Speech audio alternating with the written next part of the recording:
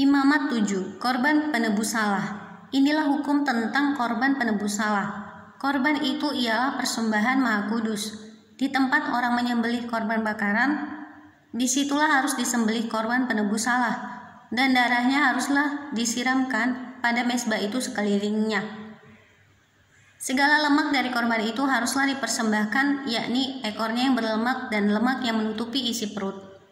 Dan lagi kedua buah pinggang dan lemak yang melekat padanya yang ada pada pinggang dan umbai hati yang harus dipisahkan beserta buah pinggang itu.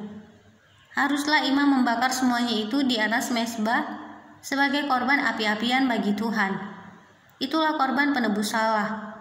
Setelah laki-laki di antara para imam haruslah memakannya, haruslah itu dimakan di suatu tempat yang kudus. Itulah bagian Maha Kudus.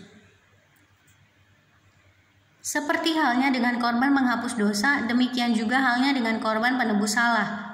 Satu hukum berlaku atas keduanya. Imam yang mengadakan pendamaian dengan korban itu, bagi dialah korban itu. Imam yang mempersembahkan korban bakaran seseorang, bagi dia juga kulit korban yang dipersembahkannya itu.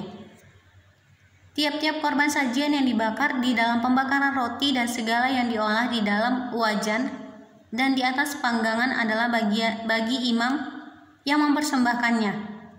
Tiap-tiap korban sajian yang diolah dengan minyak atau yang kering adalah bagi semua anak-anak Harun.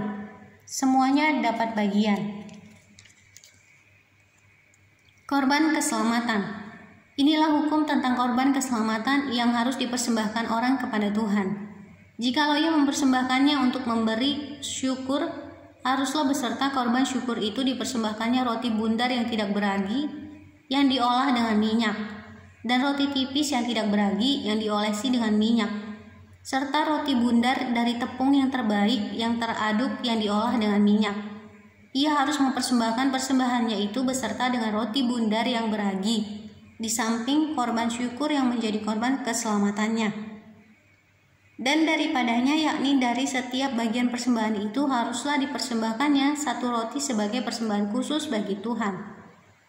Persembahan itu adalah bagian imam yang menyiramkan darah korban keselamatan dan daging korban syukur yang menjadi korban keselamatannya itu haruslah dimakan pada hari dipersembahkannya itu. Sedikit pun daripadanya janganlah ditinggalkan sampai pagi. Jikalau korban sembelihan yang dipersembahkan itu merupakan korban nazar atau korban sukarela, haruslah itu dimakan pada hari mempersembahkannya, dan yang selebihnya boleh juga dimakan pada keesokan harinya. Tetapi apa yang dimasak tinggal dari daging korban sembelihan itu sampai hari yang ketiga haruslah dibakar habis dengan api. Karena jikalau pada hari yang ketiga masih dimakan dari daging korban keselamatan itu, maka Tuhan tidak berkenan akan orang yang mempersembahkannya, dan korban itu dianggap batal baginya, bahkan menjadi sesuatu yang jijik. Dan orang yang memakannya harus menanggung kesalahannya sendiri. Bila daging itu kena kepada sesuatu yang najis, janganlah dimakan, tetapi haruslah dibakar habis dengan api. Tiap-tiap orang yang tahir boleh memakan dari daging korban itu. Tetapi seseorang yang memakan daging dari korban keselamatan yang untuk Tuhan, sedang ia dalam keadaan najis, haruslah nyawa orang itu dilenyapkan dari antara bangsanya.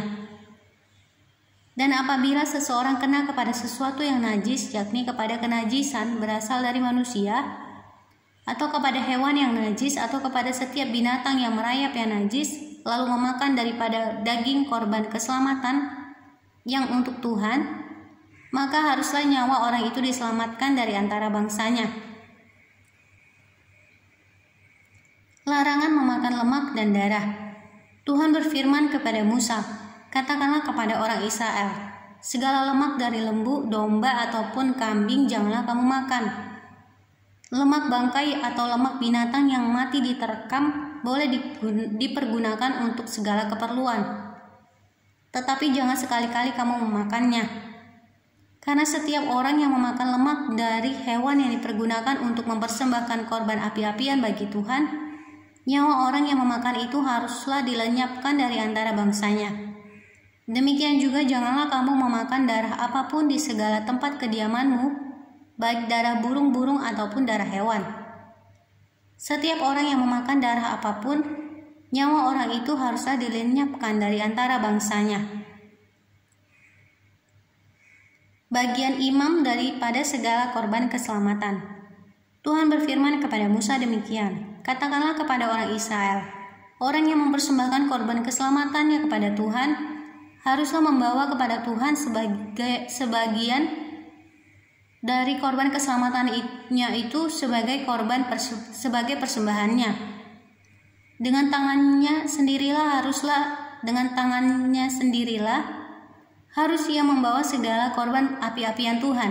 Adapun lemaknya haruslah dibawanya beserta dadanya, supaya dadanya itu diunjukkan sebagai persembahan unjukan di hadapan Tuhan.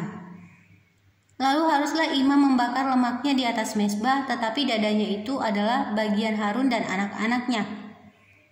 Paha kanannya harus kamu serahkan kepada imam sebagai persembahan khusus dari segala korban keselamatanmu. Siapa dari antara anak-anak Harun yang mempersembahkan darah dan lemak korban keselamatan, maka dialah yang harus mendapat paha kanan itu sebagai bagiannya.